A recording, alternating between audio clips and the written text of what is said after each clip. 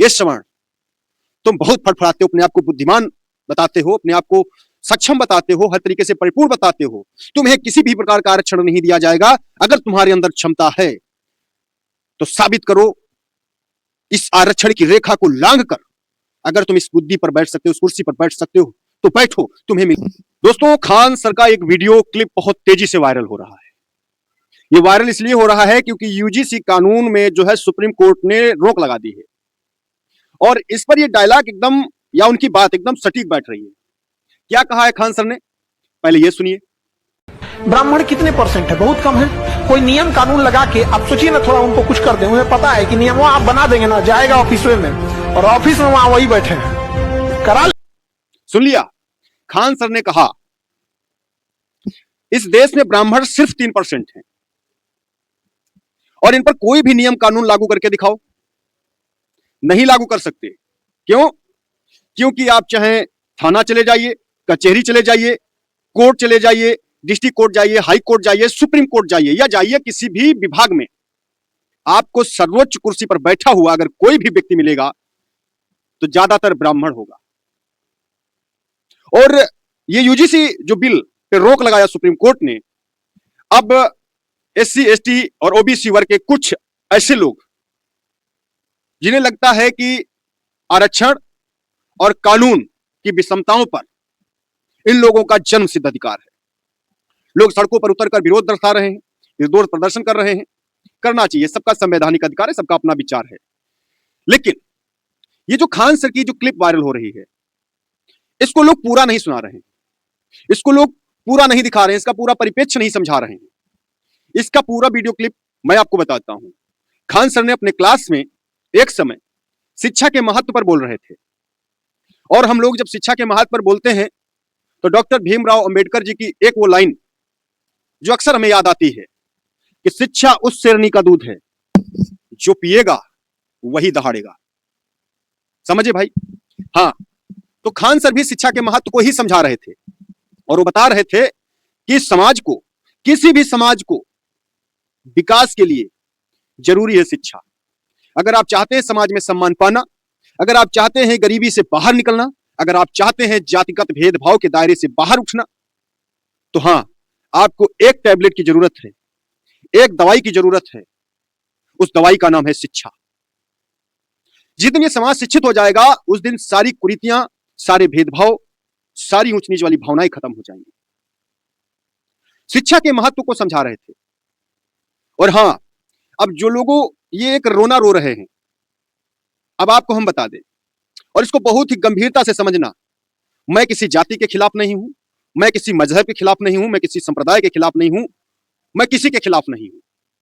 मैं इस देश के पक्ष में हूं, मैं इस देश का पक्षकार हूं, समाज का पक्षकार हूं जिसमें सभी का स्वार्थ छिपा हुआ है। मैं एक आईना हूं, मुझे आप जिस तरीके से देखना चाहोगे हम आपको उसी तरीका का दिखाई देंगे। चलो समझते हैं, जो लोग ये रोना रो रहे हैं कि आज सवर्ण, अब यहां पर ब्राह्मण की बात नहीं करेंगे, यहां पर बात करेंगे हम सवर्णों की, सवर्णों के अधिकार की, उनके वर्चस्व की। जो खान साहब ने कहा था हम उसी को थोड़ा और यूटिलाइज कर रहे हैं, उसको और थोड़ा बढ़ा के बता रहे हैं, उसको और डीपली समझाने का प्रयास कर रहे हैं। चलो शुरू करते हैं। सन 1950 जब हमारे देश को संविधान मिला, संविधान की पृष्ठभूमि में ही एससी, एसटी, ओबीसी वर्ग को आरक्षण की क्राइटेरिया में रखा गया और सामान्य वर्ग को, सवर्णों को इस आरक्षण की रेखा से बाहर निकाल करके फेंक दिया गया और एक चैलेंज दिया गया, ये सवर्ण, तुम बहुत फड़फड़ाते हो, अपने आप को बुद्धिमान बताते हो, अपने आप को सक्षम बताते हो, हर तरीके से परिपूर्ण बताते हो, तुम्हें किसी भी प्रकार का आरक्षण नहीं दिया जाएगा। अगर तुम्हारे अंदर क्षमता है तो साबित करो, इस आरक्षण की रेखा को लांघ कर। अगर तुम इस बुद्धि पर बैठ सकते हो, उस कुर्सी पर बैठ सकते हो तो बैठो, तुम्हें मिलेगा। लेकिन तुम्हें किसी भी प्रकार का सहायता नहीं दिया जाएगा, ना ही तुमको पढ़ाई में किसी प्रकार का जो है स्कॉलर मिलेगा, ना आपको फ्री किताबें मिलेंगी, ना आपको स्कॉलर मिलेगा, ना आपको यूनिफॉर्म मिलेगी। आपको परीक्षा में भी फीस में जो है कमी नहीं होगी, अन्य लोगों की फीस माफ होगी, तुम्हारा फीस में भी, पढ़ाई में भी फीस पड़ेगा। समझो चैलेंज कितना बड़ा। कितना बड़ा चैलेंज, समझना, बहुत ध्यान से समझना। कसम है आज तुम सब लोगों को, जो लोग मेरा वीडियो देखते हो, उसके बाद में आज से ये रोना बंद कर देना कि हर जगह हमें बैठना है। बहुत ध्यान से समझना। 1950 संविधान लागू हुआ, देश को दिया गया संविधान, उसमें आरक्षण की नीति से, आरक्षण के स्थान से सवर्णों को हटा दिया गया, सामान्य वर्ग को हटाया गया और चैलेंज दिया गया सवर्णों को कि अगर तुम्हारे अंदर बुद्धि है, विवेक है, सक्षम हो और कहते हो अपने आप को कि हम सक्षम है, बुद्धिमान हैं, तो ये कुर्सी सबकी है।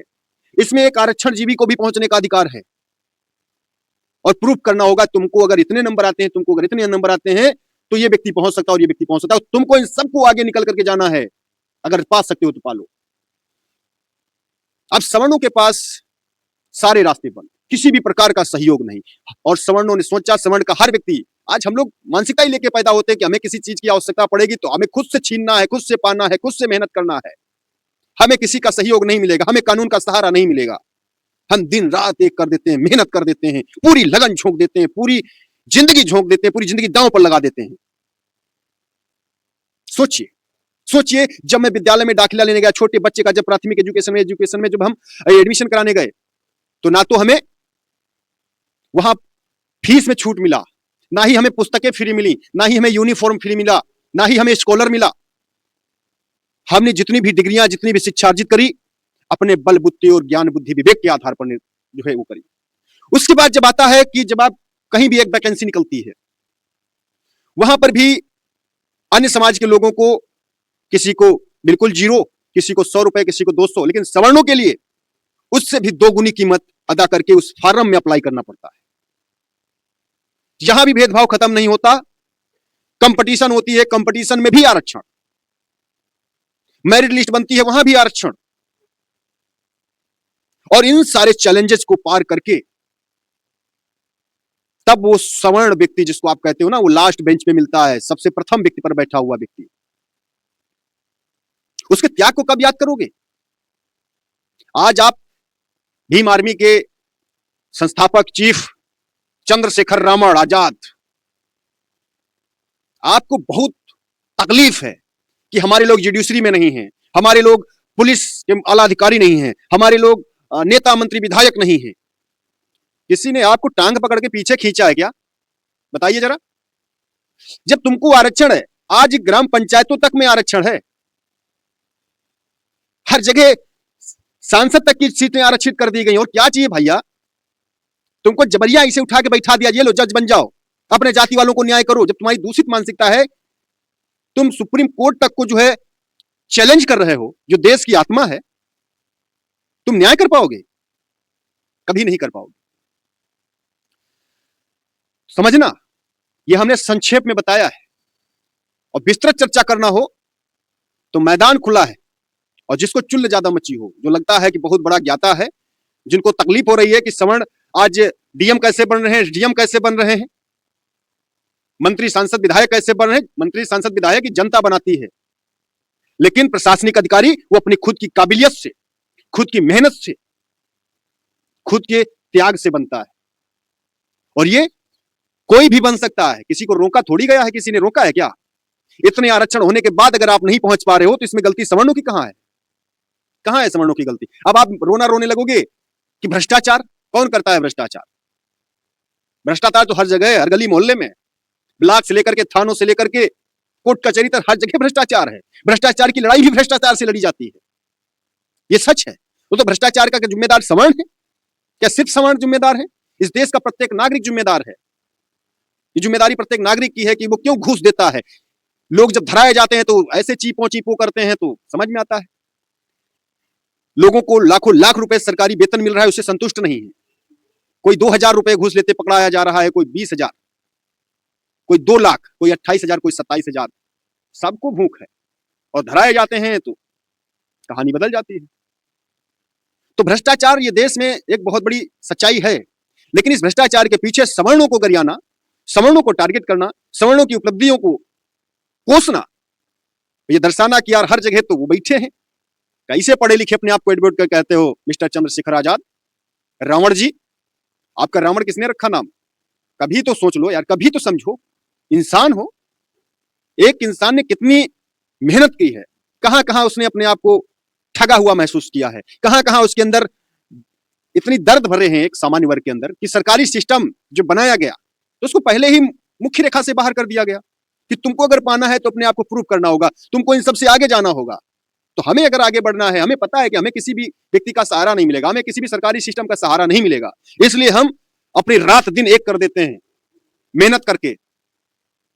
पता है उसके बाद में जब एक नंबर से हम रह जाते हैं और फिर मुझे लगता है कि हमारे नीचे वाला हो गया और मैं नहीं हो पाया, तो पूछो कितना दर्द होता है।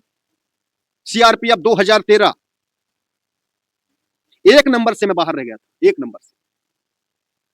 सोचो फाइनल मेरिट लिस्ट में एक नंबर से मैं बाहर रह गया, कितना दर्द झेला था। एक महीने मुझे बुखार आया था, मेरा सर चकरिया गया था कि मेरा जुर्म क्या है। मेरे ही साथ उठने बैठने पढ़ने वाला व्यक्ति आज सरकारी नौकरी में हो गया, अधिकारी बन गया, और मैं उससे 10 नंबर ज्यादा लाया था, 10 नंबर, और मैं फिर भी नहीं हो पाया। क्या गलती थी मेरी? और मैं भी एक सामान्य परिवार से आता हूं, और उस समय मेरे परिवार की सिचुएशन बहुत ही बेचीदा थी, बहुत ही खराब थी। मेरे घर में भी सरकारी राशन मिलता है। सोचो मेरे दिल पे क्या गुजरी होगी जब मैं एक नंबर से बाहर रहा और मेरा ही साथी जो भी वर्ग का था वो आज अधिकारी है, सरकारी नौकर है। उसने 5 बीघे जमीन खरीद ली है, 4 व्हीलर से चलता है, और मैं बेरोजगार हूं। मैं माइक से आज सच्चाई बोलता हूं, लेकिन मैं फिर भी अपने आप को कहता हूं मुझे अपने आप पर प्राउड है। भले ही मुझे नौकरी नहीं मिली, लेकिन मैं रोना नहीं रोता हूं। और जो लोग ये रोना रो रहे हैं, खबरदार, पहले सवर्णों की उस मजबूरी को, उन तकलीफों को अपने दिल और दिमाग में सोचिए कि उसने कितना खोया है, तब उसने उस शीर्ष नेतृत्व वाली कुर्सी तक पहुंचा है। तो इसलिए घोषणा बंद करिए, मेहनत को दोगुना कर दीजिए, आप भी उस कुर्सी पर पहुंच सकते हैं। और मैं फिर बात कहता हूं, ये बात सिर्फ सवर्णों के लिए नहीं है, ये सिर्फ किसी भी व्यक्ति के लिए नहीं है, ये सार्वजनिक व्यक्ति है। शिक्षा ही एक ऐसा माध्यम है जिससे आप हर चीज प्राप्त कर सकते हैं। पद, प्रतिष्ठा, मान सम्मान, पूंजी, सब कुछ मिलता है। आपके अंदर सिर्फ शिक्षा होना चाहिए। मुझे नौकरी नहीं मिली तो क्या हुआ? आज मैं इसी माध्यम से, अपने वीडियो कंटेंट के माध्यम से, अपने बुद्धि विवेक के माध्यम से जितना एक सरकारी नौकरी वाला कमाता है, मैं कमाता हूं। लखनऊ जैसे महानगर में रहता हूं, शान शौकत से रहता हूं, इज्जत मान मर्यादा के साथ रहता हूं, और मैं रोना नहीं रोता। क्योंकि संस्कृत में एक बात कही गई है, मैं इसका हिंदी रूपांतरण आपको बताता हूं, हो सकता है संस्कृत आपको समझ में ना आए। राजा जो होता है वो अपने सिर्फ देश में पूजा जाता है, और जो विद्वान हो वो सर्वत्र पूजते, वो हर जगह पूजा जाता है। कहते हैं राजा राजनम स्वदेशम पूजनम, और विद्वान सर्वत्र पूजते। विद्वान की तो हर जगह पूजा है, तो विद्वान बनिए, किसी को देख करके जलिए मत, बराबरी करिए। बराबरी कैसे करोगे? और बराबरी तुम कर भी नहीं सकते भाई, तुमको तो पहले ही कुछ कहा के रख दिया, तुमको तो पहले कहा गया इतना तक आओ भाई, तुम्हारी तो क्राइटेरिया निश्चित है, हमें तो क्राइटेरिया ही निश्चित नहीं है, और फिर भी हम वहां पर पहुंचते हैं। तो आप क्यों नहीं पहुंच सकते? बराबर में उठते बैठते पढ़ते सब कुछ करते हैं। आपको तो सरकारी व्यवस्थाओं का इतना लाभ मिल रहा है, और इतना, अगर मैं गारंटी से कहता हूं, जितना लाभ, जितना आरक्षण मिल रहा है ना आप लोगों को, इतना अगर सवर्णों को दे दिया जाए तो क्या हाल होगा? रावण जी कमेंट बॉक्स में बताइए।